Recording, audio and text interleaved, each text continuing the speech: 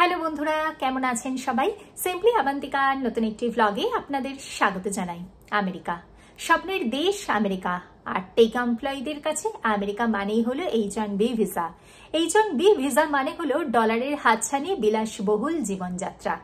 কিন্তু আমেরিকায় আসার পর প্রাথমিক অবস্থায় H-1B ভিসা হোল্ডার সত্যি জীবনে কি কি পায়, আসুন তার একটা ক্ষুদ্র হিসাব নিকেশ আপনাদের সামনে শেয়ার করি।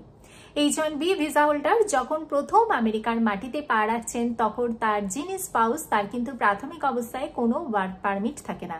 তার ওয়ার্ক পারমিট আসতে বেশ কয়েক বছর টাইম লাগে।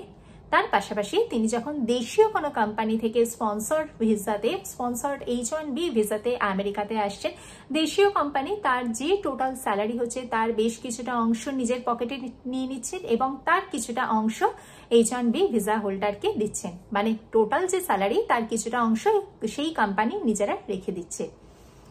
আমেরিকাতে একজন সাধারণ মানুষের অ্যাভারেজ স্যালারি ধরা হয়ে থাকে 51,000।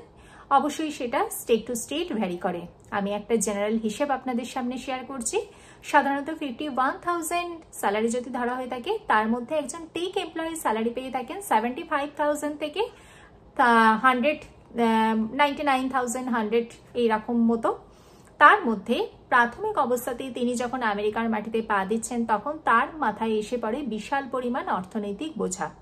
শুনতে মনে হয় হয়তো টাকাটা অনেক, কিন্তু তার মাথায় পড়ে যায় প্রথমেই হাউস রেন্ট। তার পাশাপাশি আমেরিকা এমন একটি দেশ যেখানে প্রাথমিক অবস্থাতেই তাকে গাড়ি কিনতেই হয়। যদি না সে নিউ ইয়র্ক বা নিউ জার্সির মতো কোনো শহরে থেকে থাকে তাহলে হয়তো গাড়িটা তার কিছুদিন বাদে কিনলেও হয়, কিন্তু অন্যান্য যদি কোনো ছোট বা মাঝারি মানের শহরে থেকে থাকে তাহলে প্রাথমিক অবস্থায় আসার পরে তাকে ডেইলি যোগাযোগের মাধ্যম হিসেবে নিজস্ব গাড়ি থাকাটা কিন্তু প্রায় বাধ্যতামূলক। প্রাথমিক অবস্থায় তার কোনো ক্রেডিট স্কোর থাকে না, তাই তাকে হিউজ ইন্টারেস্টে দিয়ে নিজস্ব গাড়ি তাকে নিতেই হয়।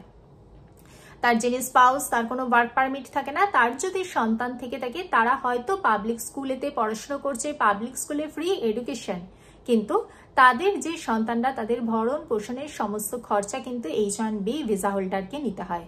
পাশাপাশি এখানকার যে মেডিকেল সিস্টেম, বিশাল পরিমাণ তার খরচা, সেই মেডিকেল বিলের খরচা, তার পাশাপাশি তাকে ইলেকট্রিসিটি, ওয়াটার, মোবাইল সমস্ত কিছু খরচা কিন্তু H-1B ভিসা হোল্ডারকে বহন করতে হয়।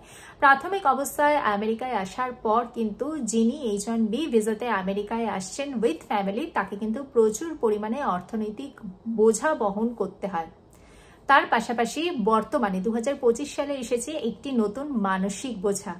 সেটি হলো 2025 সালেতে প্রায় প্রত্যেক দিনই আমরা শুনতে পাচ্ছি কোনো না কোনো কোম্পানি থেকে চলে আসছে লে অফের নোটিশ। অ্যামাজন, মেটা, গুগল, মাইক্রোসফট, অ্যাপল প্রায় সমস্ত কোম্পানি থেকেই কিন্তু লে অফের নোটিশ আসছে।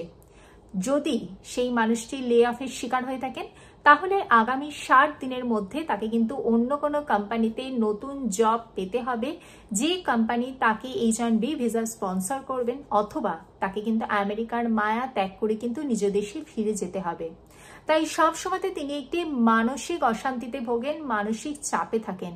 একে তো নতুন দেশ, সেখানকার নতুন কালচার, সেখানকার ডিফারেন্ট ওয়ার্ক এনভায়রনমেন্ট, পরিবার প্রিয়জনের থেকে দূরে, তার সত্ত্বেও এই পরিমাণ মানসিক বোঝা, এই পরিমাণ ফিনান্সিয়াল বার্ডেন, সমস্ত কিছুর ভারে তিনি তখন কিন্তু হাঁপিয়ে ওঠেন। কিন্তু আমরা যারা দেশে বসবাস করি, যারা দেশে বঙ্গদেশ থেকে দেখি, তারা হয়তো ভাবি H-1B ভিসাতে যারা আমেরিকাতে রয়েছেন তারা হয়তো ডলারের স্বর্গ রাজ্যে বসে আছেন, সেখানেতে ডলার উড়ে বেড়াচ্ছে।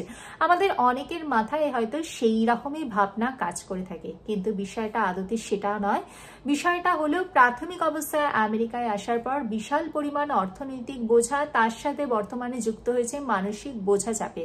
তাই বর্তমানে যারা টেক এমপ্লয়ি রয়েছেন তারা কিন্তু আর H-1B ভিসার প্রতি অতটা আকর্ষিত থাকছেন না।